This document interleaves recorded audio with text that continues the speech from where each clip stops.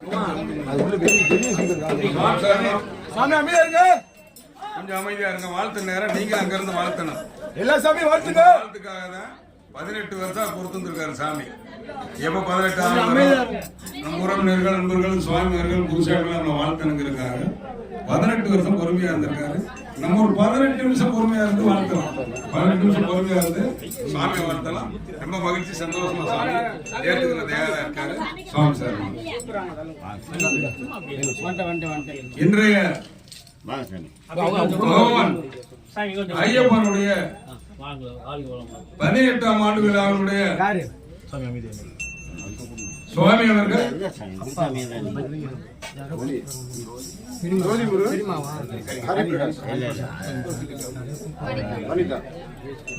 ஜோதி முருகன் குருசாமி வனிதா குடும்பத்தினர் குமாரர் ஹரிபிரசாத் பகவானுடைய 18வது ஆண்டு விழாவுக்கு வெகு சிறப்பாக அவருடைய எதிர்பார்ப்புக்கு மேலாக பகவான் ஐயப்பன் அருளால சிறப்பா நடந்திருக்கு.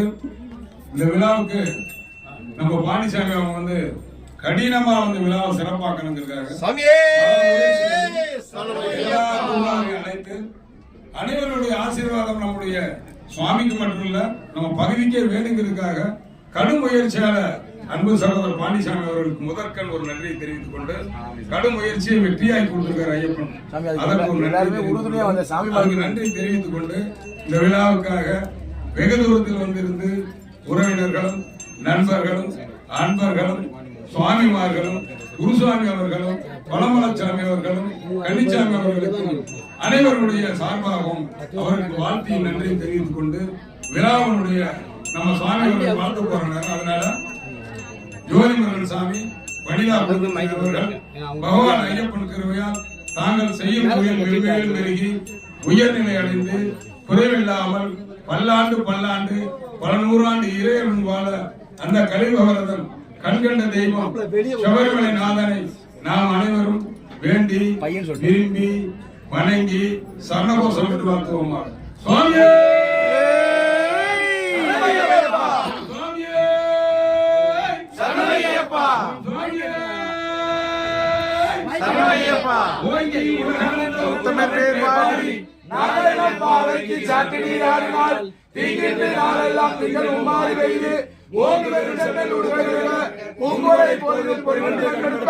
தேங்காத முக்கிய சித்தமனை பற்றி வாங்க கொண்டிருக்கும் நீங்காத செல்வம் நிறைந்தேதோரும்பாவாய், நீங்காத செல்வம் நிறைந்தேதோரும்பாவாய், நீங்காத செல்வம் நிறைந்தேதோரும்பாவாய் என்று ஐயப்பன் திருவள் பெற்று இன்புறுவார் பாவாய் என்று கோட்டை மாறி திருவள் பெற்று இன்புறுவார் பாவாய் என்று